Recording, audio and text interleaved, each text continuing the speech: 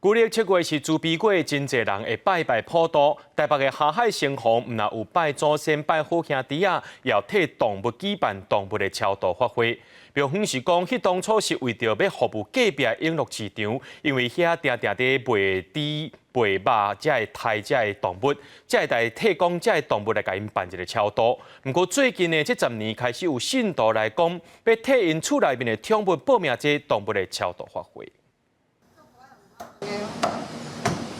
用上紧的速度，甲排骨切好一块一块，实在真无用。这是永乐市场的瓜阿姨，伊讲因为伊的头路是剁猪肉，为着要互家己心安，嘛替即寡猪仔超度。因市场的番仔伫逐档的中原普渡，拢会参加下海城隍庙的动物超度法会。因为我靠它赚钱，回馈它，每年都这样。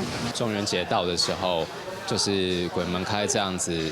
帮好兄弟普渡，我们也会顺便帮就是动物的这些牲畜做一些普渡，这样。下海城隍庙讲，庙的隔壁就是永乐市场，当初是为着要提供市场的番仔来替即寡三星超度，才举办的动物超度活动，一定有900档的历史啊！对着时代改变，狗仔、猫仔成做人类上好的朋友。这10档开始有信众替狗仔、猫仔报名超度法会。那市场就有很多屠宰业的部分哈，那一开始是要超度这个产业里面的这个被杀的这些动物嘛。